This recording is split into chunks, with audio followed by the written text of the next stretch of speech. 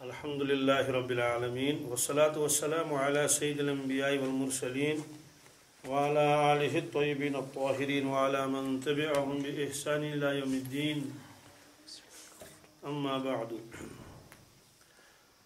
اعوذ باللہ من الشیطان الرجیم بسم اللہ الرحمن الرحیم لعن الذين كفروا من بني إسرائيل على لسان داود وعيسى بن مريم ذلك بما عصوا وكانوا يعتدون كانوا لا يتناهون عن منكر فعلوه لبئس ما كانوا يفعلون صدق الله المولانا العظيم. یہ سورہ مائدہ کی 78ویں آیت ہے. اس سے پہلے اللہ تبارک تعالیٰ نے اہل کتاب کو یہ خطاب فرمایا کہ تم دین میں غلو مت کرو اور ایسے ہی ان لوگوں کے باتوں پر مت چلو جو خود بھی گمراہ ہوئے ہیں اور لوگوں کو بھی گمراہ کرتے ہیں. اس سے معلوم ہوا کہ بعض لوگ ایسے بھی ہوتے ہیں کہ وہ خود گمراہ ہو جاتے ہیں اور پھر دوسرے لوگوں کو بھی گمراہ کرتے ہیں. یہ اہل کتاب کو خطاب تھا، ایسا مت کر لو. پھر اس کے بعد اللہ تبارک تعالیٰ فرماتے ہیں بنی اسرائیل نے چونکہ زبردست نافرمانی کی اللہ تبارک تعالیٰ کی، تو اس نافرمانی کی وجہ سے ان کے اوپر حضرت داؤد علیہ السلام کی زبان سے، حضرت عیسیٰ علیہ السلام کی زبان سے ان پر لعنت کی گئی. لعنت کرنے کا مطلب یہ ہے کہ پھر تورات میں بھی اور زبور میں بھی ان کے اوپر لعنت کی آیتیں نازل ہوئیں. جیسے قرآن پاک میں ہے فلعنت اللہ علی الکافرین، ایسے لعنت اللہ علی الکاذبین. اس طرح سے بنی اسرائیل کے اوپر لعنت کے الفاظ زبور میں اور انجیل میں موجود ہیں.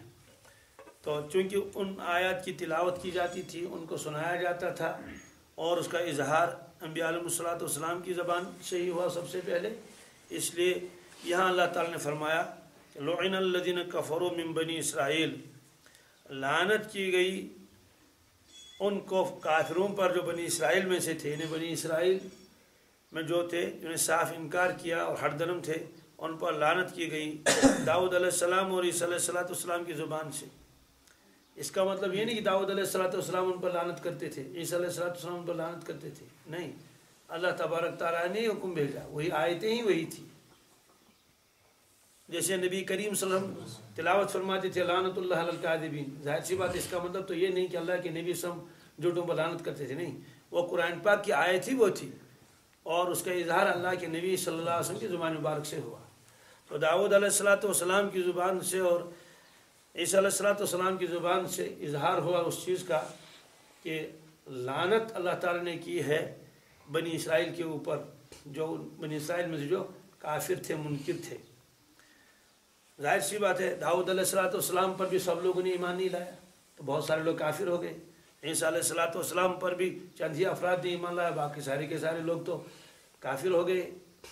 اور چونکہ یہود یہ بھی بنی اسرائیل کی ہی ایک شاخ ہے، انہوں نے تو باقاعدہ پروگرام بنا لیا اور ان پر تہمتیں بھی لگا دی، یہ جادوگر ہیں نعوذ باللہ من ذالک، لہٰذا ان کو لٹکانا چاہیے کس پر؟ پھانسی پر.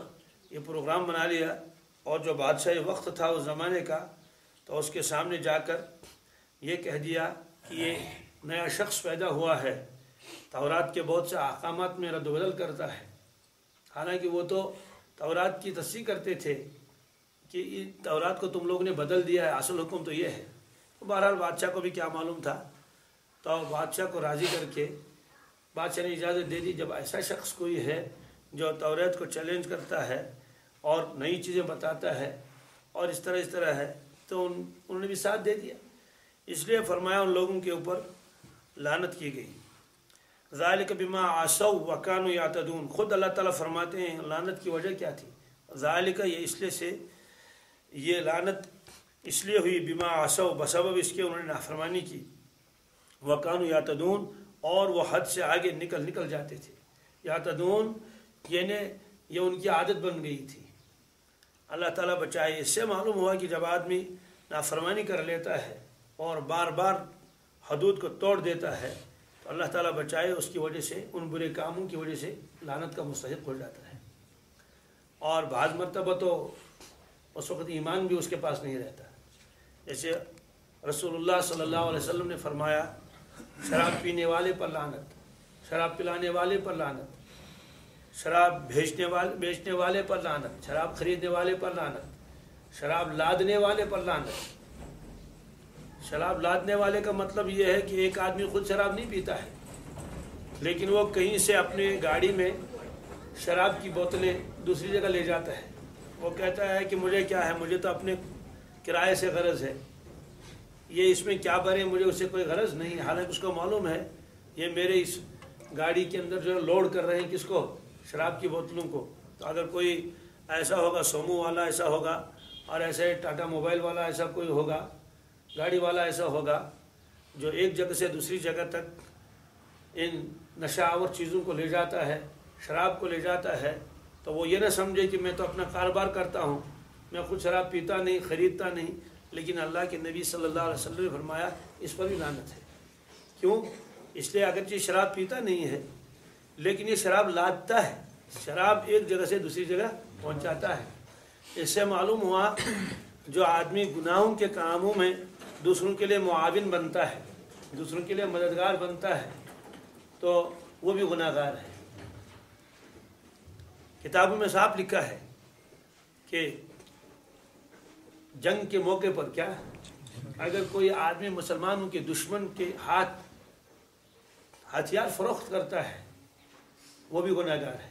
हालांकि उसकी तो दुकान है वहाँ, वो तो दुकान में वो चीज़ें बेचता है, लेकिन उसको मालूम है ये लोग जो ले जा रहे हैं ये मुसलमानों के ख़िलाफ़ इसको इस्तेमाल कर रहे हैं, तो उसके लिए वो चीज़ उनके हाथ बेचनी बिल्कुल जायज़ नहीं। हालांकि वो चीज़ फी नफ्सी तो बेचनी जायज़ है ना, जब उसको मालूम है। मसलन एक आदमी जो है चूहे की दवाई बेच रहा है, हालांकि वो तो चूहों के लिए है, लेकिन उसको मालूम है ये शख्स जो आ रहा है दवाई लेने के लिए ये गड़बड़ कर लेगा, कहीं जाकर फलान जगह को ग़िज़ा में मिलाएगा जिससे इतने अफराद मर जाएंगे। तो अगर उसको ये मालूम है तो बस उसके हाथ में हाथ बेचना भी ये जायज़ नहीं है। हालांकि कारोबार तो उसके लिए जायज़ है। फिर जो चीज़ सराहतन हराम हो तो अंदाज़ा लगाइए उसको बेचना खरीदना कैसे जायज़ हो जाए, हराम है ये। इससे मालूम हुआ कि जो लोग ईद के दिन वो पटाखे छोड़ते हैं, बंगोले छोड़ते हैं और क्या आतिशबाजियाँ करते हैं, उसमें अगरचे एक आदमी खुद ये काम नहीं करता लेकिन दुकान लगा रखी उसकी, तो उसके सारी कमाई हराम की, सारी कमाई जी। और जितने लोगों को तकलीफ़ें पहुंचेंगी उसकी वजह से और मुसलमानों के बच्चों के पैसे ज़ाया हो जाएंगे, वो सारा गुनाह उसके सर पर लिख दिया जाएगा। तो ये फरमाया ज़ालिक बिमा असौ व कानू यातदून, ये लोग नाफरमानी करते थे और हद से निकल जाते थे। हद से यानी हद से निकलना इनकी आदत मुस्तकिल बन गई थी, मुस्तकिल आदत बन गई थी। मतलब ये है कि बार बार तबलीग के बावजूद सुनाने के बावजूद ये लोग उससे बाज नहीं आते थे। इससे उन लोगों को इबरत लेनी चाहिए जो बार बार दीन की बात सुनते हैं और किसी चीज़ से उनको मना किया जाता है लेकिन फिर वो उससे बाज नहीं आते हैं। बहुत ख़तरे की बात है। अब अल्लाह तबारक तआला फरमाते हैं कानू ला यतनाहौना अन मुनकरिन फ़अलूहु, कानू ला यतनाहौना अन मुनकरिन फ़अलूहु, जो काम वो करते थे, बुरे काम जो करते थे, तो वो उस बुराई से बाज नहीं आते थे। ला यतनाहौना, नहीं बाज आते थे, अन मुनकरिन, उन बुराइयों से, फ़अलूहु, जिनको वो करते थे। इन्हें बार बार समझाया जाता था, उनको बताया जाता था, वाइज़िन उनको समझाते थे ये हराम है, ये नहीं कर सकते आप। वो बस एक कान से सुन लिया दूसरे छोड़ते फिर भी वो कर लेते थे, तो इस वजह से भी उनके ऊपर लानत हो गई। एक मतलब तो ये है। दूसरा मतलब ये है कि वो खुद भी एक दूसरे को बुरे अमाल से रोकते नहीं थे।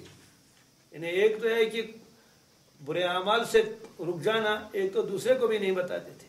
इससे मालूम हुआ कि मुसलमानों के ज़िम्मे है कि वो लोगों को इसकी तबलीग कर लें कि ये चीज़ हराम नाजायज़ है, और जब सुन लिया एक मतलब दो मरतबा तो नाफरमानी को छोड़ देना चाहिए। और जो लोग मुब्तला हैं इसमें बुराइयों में, और फिर दूसरी बात यह है कि एक दूसरे को भी मना नहीं करते हैं, हालांकि उनको तो हुक्म मिला था कि तुम एक दूसरे इसको क्या कर लो, मना कर लो। बहुत खतरे की बात है। ये हुक्म आम है, हमारी उम्मत के लिए भी है, इस उम्मत के लिए भी, क्योंकि इस उम्मत का काम तो यही था, कुंतुम खैर उम्मतिन उखरिजत लिन्नास तअमुरुना बिल मारूफ व तनहाउना अनिल मुनकर व तुमिनूना बिल्लाह। ये तो असल काम हमारा था। अगर अब आदमी खुद ही मुब्तला है गुनाहों में, नाफरमानियों में, फिर दूसरों की बात भी नहीं मानता है, बड़े ख़तरे की बात है। तो बहुत शराब के बारे में तो 10 आदमी के ऊपर लानत की गई। कितने आपके ना 10 आदमी के ऊपर लानत की गई हदीस पाक में। ऐसे बहुत सारे अमाल ऐसे हैं जिनमें लानत की गई है, और बहुत अफ़आल ऐसे हैं उनके बारे में रसूलुल्लाह ने फरमाया उस वक़्त वो मोमिन भी नहीं रहता।